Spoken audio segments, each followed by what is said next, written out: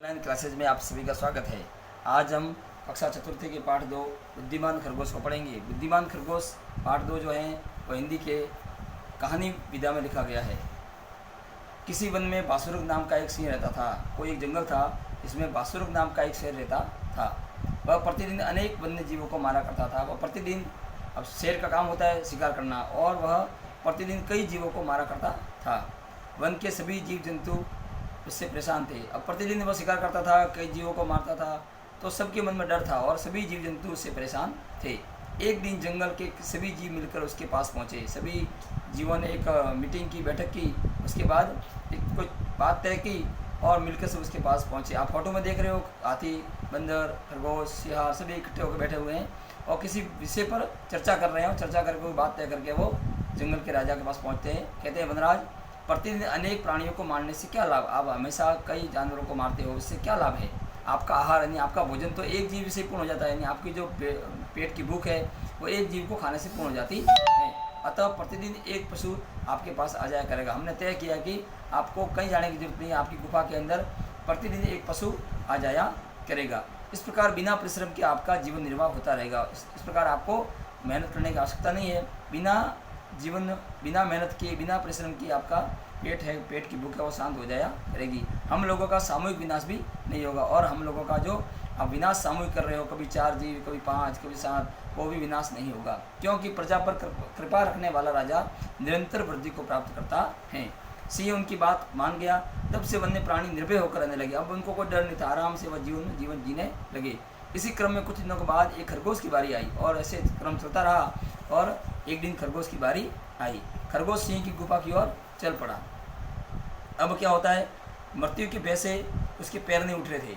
मौत की घड़ियाँ कुछ देर तक टालने के लिए वह जंगल में इधर उधर भटकता रहा। मौत की घड़ियाँ कुछ देर के लिए टालने के लिए वह जंगल में इधर से उधर भटकता रहा। और भटकते भटकते एक स्थान पर उसे एक कुआं दिखाई दिया।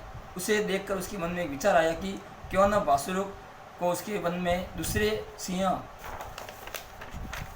के नाम से उसकी परछाई दिखाकर कुएं में गिरा दिया जाए। यही उपाय सोचता सोचता वह बासुरुग शेर के पास कुछ देर पहुंचा। सिंह उस समय भूख प्यास से व्याकुल था। शेर समय ज़्यादा हो गया था और शेर को बहुत जोरों की भूख लगी थी और बहुत व्याकुल हो रहा था, अपने होठ चाट रहा था। उसके भोजन की घड़ियाँ बीत रही थी। सोच ही रहा था कि कुछ देर में कोई पशु न आया तो वह अपने शिकार को चल पड़ेगा, और सोच रहा था कि यदि आज कोई पशु नहीं आया तो मैं शिकार करने को चल पड़ूंगा और पशुओं के खून से सारे जंगल को सींच दूंगा। उसने सोचा कि आज गुस्सा आ गया था, उसको भूखा हो गया था, और मैं इतने पशुओं को मारूंगा कि पूरे जंगल के अंदर खून ही खून हो जाएगा। उसी समय वह खरगोश उसके पास पहुंचा और उसको प्रणाम करके बैठ गया। खरगोश वहाँ पहुंचता है, उसको प्रणाम किया और बैठ गया।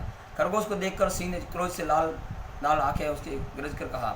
खरगोश को देखकर बहुत शेर को गुस्सा आया, उसकी आँख लाल लाल होने लगी और जोर से गर्जना करता हुआ कहा, अरे खरगोश, क्या तू छोटा है और फिर इतनी देर लगा कर आया? तो छोटा है, तेरा आहार भी मेरे पूरा पेट नहीं भरेगा और देर से और आया है।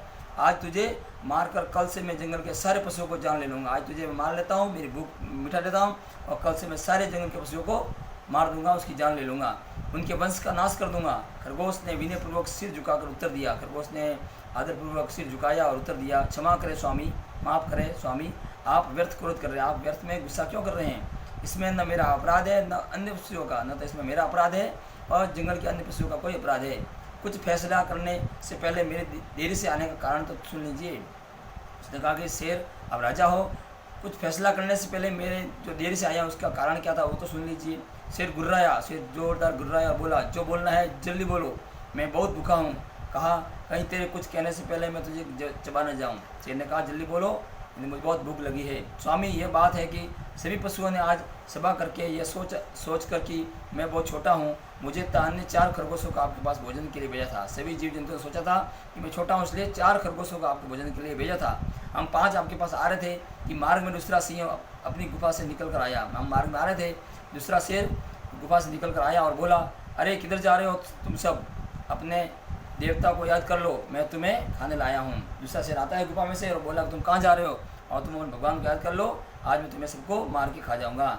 मैंने उससे कहा, हम सब अपने स्वामी बासुरुग के पास आहार के लिए जा रहे हैं। हम सब ने उससे हाथ जोड़कर कहा कि हम हमारे स्वामी, हमारे जो राजा हैं बासुरुग शेर, उसके पास उसके भोजन के लिए जा रहे हैं। तब वह बोला, बासुरुग कौन है? क्या उसे ज्ञात नहीं कि ये जंगल तो मेरा है?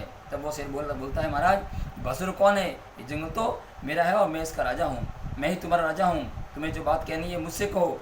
बासुरुक चोर है, तुम में से 4 खरगोश यहीं रह जाओ। उसने कहा कि बासुरुक तो चोर है, तुम 4 खरगोश यहीं रह जाओ और एक खरगोश बासुर के पास जाकर मुझे बुला लाए।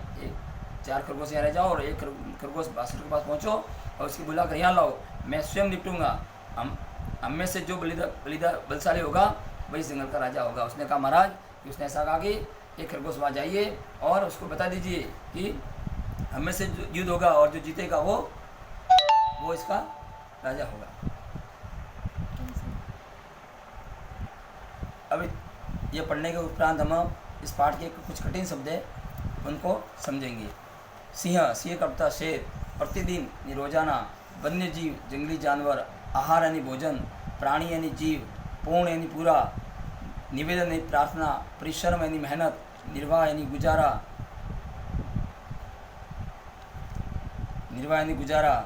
निरंतर यानी लगातार, वृद्धि यानी बढ़ोतरी, निर्भय यानी बिना भय के, व्याकुल यानी बेचैन, घड़िया यानी समय, विनयपूर्वक यानी नम्रता के साथ, व्यर्थ यानी बेकार में, क्रोध यानी गुस्सा, मार्ग में यानी रास्ते में, बलशाली यानी ताकतवर। तो ये कठिन शब्द है, इन सभी को आपको अपनी कॉपी के अंदर करना है। इस पाठ के कुछ कक्षा कार्य के प्रश्न हैं तो मैं आपसे कह रहा हूँ उनके उत्तरों को इसी पैराग्राफ में से ढूंढकर आपको लिखने हैं।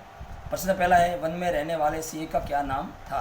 प्रश्न पहला है, वन में रहने वाले सिंह का क्या नाम था? प्रश्न दूसरा है, खरगोश ने प्राणों की रक्षा के लिए क्या किया? खरगोश ने प्राणों की रक्षा के लिए क्या किया? दोनों कक्षा कार्य प्रश्न हैं, इनको अपनी कॉपी के अंदर इस पैराग्राफ से ढूंढकर लिखना है। तो अब मैं इसका जो अगला वीडियो है वो आपके अगले टर्न में आएगा और आगे वाला जो बाकी रह गया शेष उसका कठिन शब्द और प्रश्नोत्तर हम हल करेंगे। इन पाठ को आप समझना, उसके अर्थ को समझना, भाव को समझना और कठिन शब्द और कक्षा कार्य को हल करना। जय हिंद, जय भारत।